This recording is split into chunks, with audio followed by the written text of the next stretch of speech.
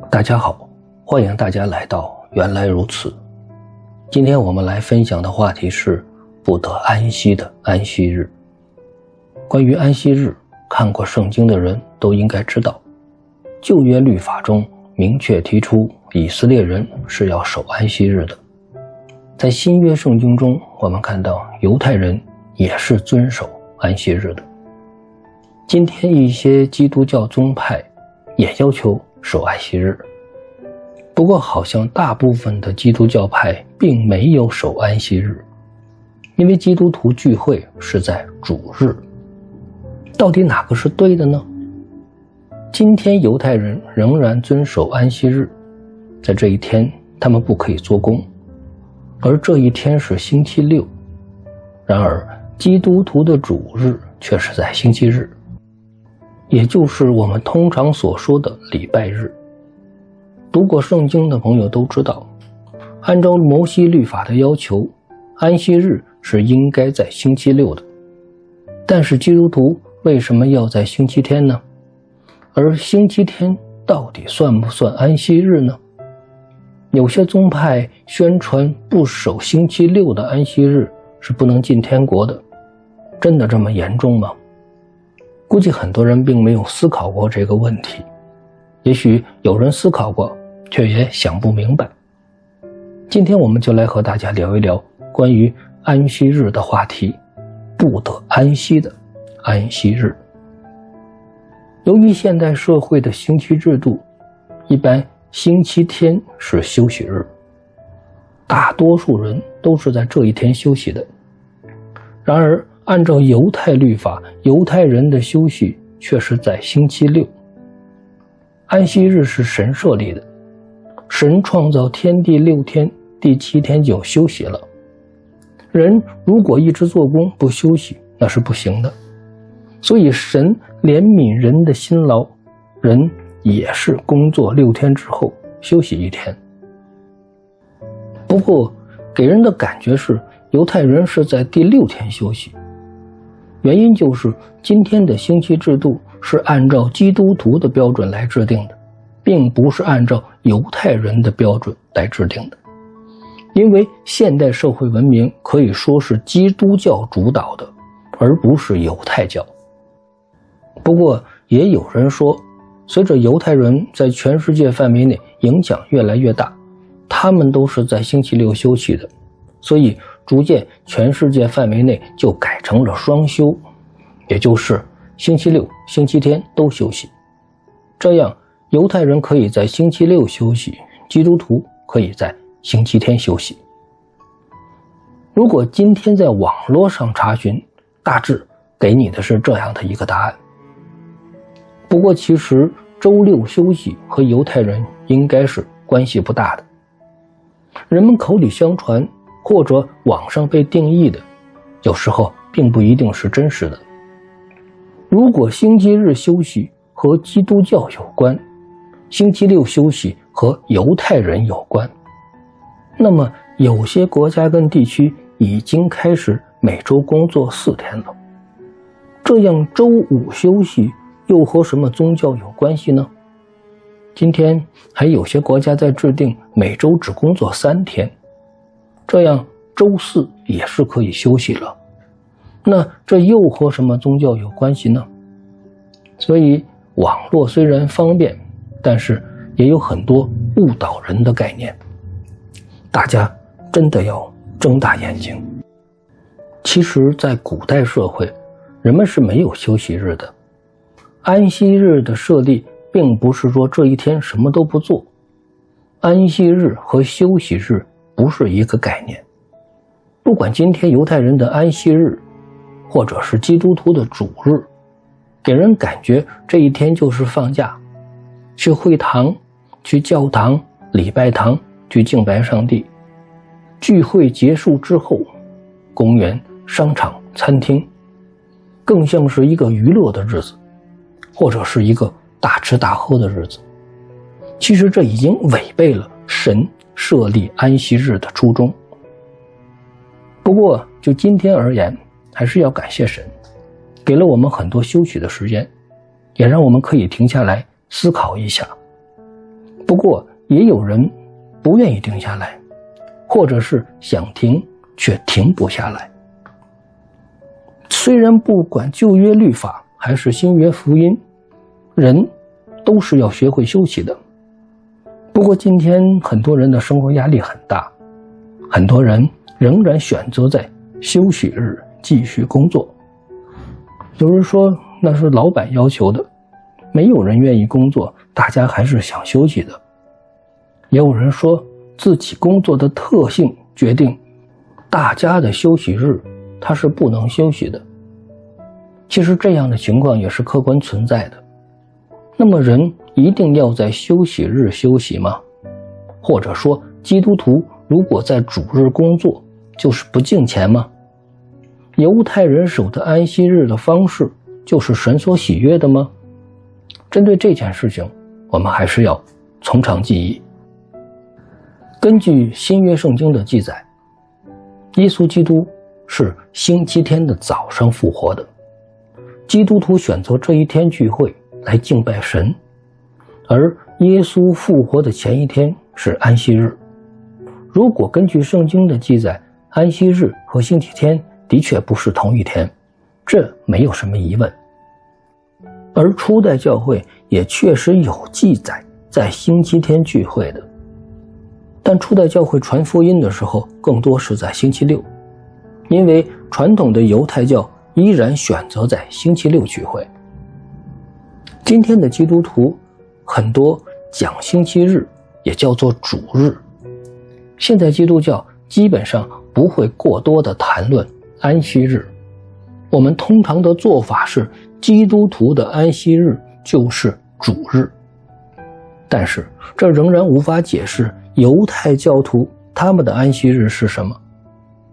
不过一些崇拜犹太人的基督徒，他们觉得既然安息日是星期六，基督徒也应该在星期六聚会，所以他们和其他宗派的基督徒是不一样的，他们愿意和犹太人一样守安息日。从圣经的记载来看，并没有主日的概念。旧约圣经中明确的记载，神要求我们守安息日，所以从这个角度来说，基督徒并没有守安息日，所以基督徒是错的。难道我们就可以这样下结论了吗？当然不是。新约圣经中多次记载耶稣在安息日赶鬼医病。文士和法利赛人对耶稣是非常恼怒的，说耶稣违反了安息日的规定，而耶稣指责这些人，说他们是假冒伪善的。其实这个道理很简单，如果你是一名外科医生，星期天的早上突然有一个病人急需要手术，你说我是基督徒，等我去聚会回来再手术吧，让病人再坚持一会儿，您觉得这合适吗？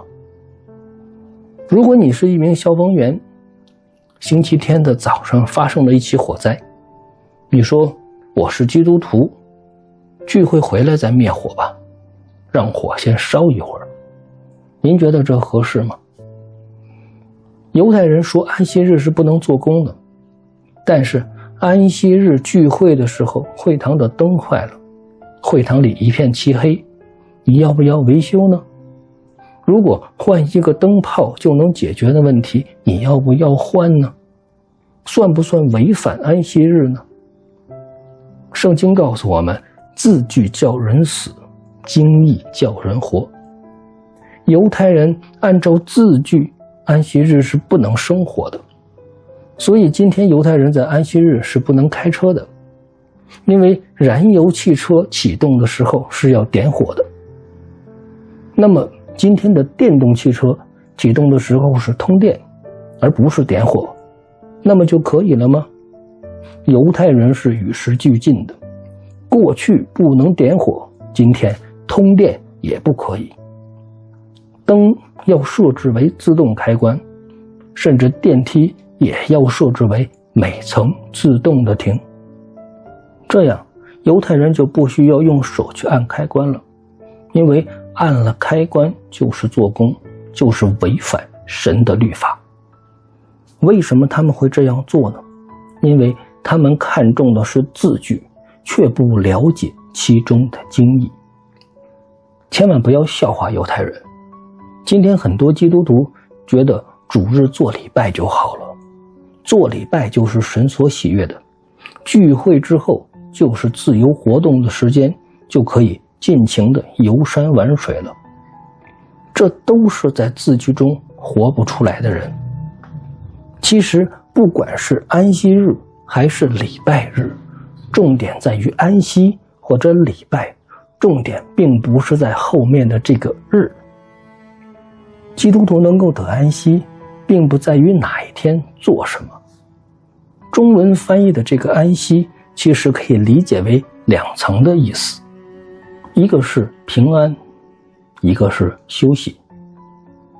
基督徒要解决的问题就是你要有平安，你要学会休息。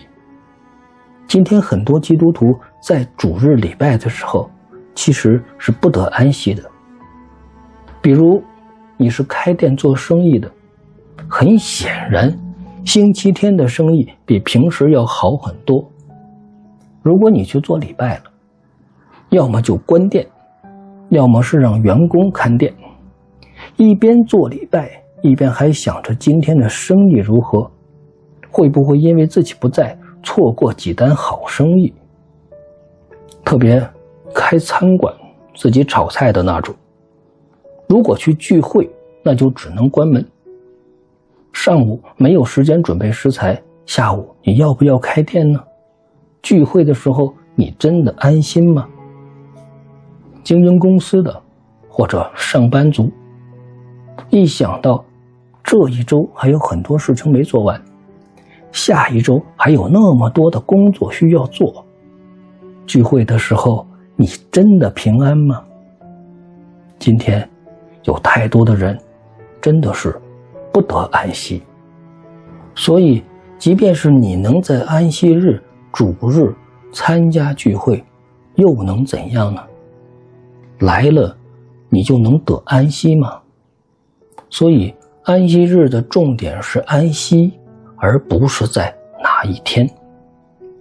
马太福音第11章28到30节，凡劳苦担重担的人，可以到我这里来，我就使你得安息。我心里柔和谦卑，你当负我的恶，学我的样式，这样你们心里就必得享安息。因为我的恶是容易的，我的担子是轻省的。为什么说到耶稣这里来，我们就可以得安息呢？基督徒与非基督徒的差别在于，基督徒是可以来到耶稣这里，而耶稣可以使我们得平安，因为耶稣知道我们所有的劳苦重担。如果你今天觉得靠自己活着也是很舒服、很自由、很快乐，那么你真的不需要耶稣基督了。不过如果你觉得自己是一个担着劳苦重担的人，那么你真的需要耶稣。耶稣教导我们要负他的恶。恶是什么东西呢？恶是一种耕地用的木粮。耶稣在世间的那个时候，以色列人耕地都是使用轭套在牛的脖子上。如果家中有比较幼小的牛，通常的做法就是让小牛和一头成年的壮年牛套在一个轭上，这样耕地的重担是由大牛来承担的，小牛只要学着大牛的步伐跟样式就可以了，实际上并不需要出太大的力气。耶稣用这样的比喻告诉世人，我们应该来到耶稣的身边，与耶稣共负一轭。也就是说，人要来到神的身边，与神同行。只要你按照神的路去走，你的担子就是轻省的，因为是神在出力，神在做工，而不是靠着人的力量。也只有这样，人才能得安息。安息日的设立，并不是要我们一定在哪一天做什么，不做什么，而是让我们知道，只有在耶稣基督里，才有真正的平安。所以每个人都应该有一个亲近神的时间。我们之前的节目中说过，做礼拜的意义是处理我们与神之间的关系。这与旧约时代以色列人的献祭是一样的。安息日就是我们寻求神的日子，神让我们在这个时间暂且放下那些平时为了生计必须做的工。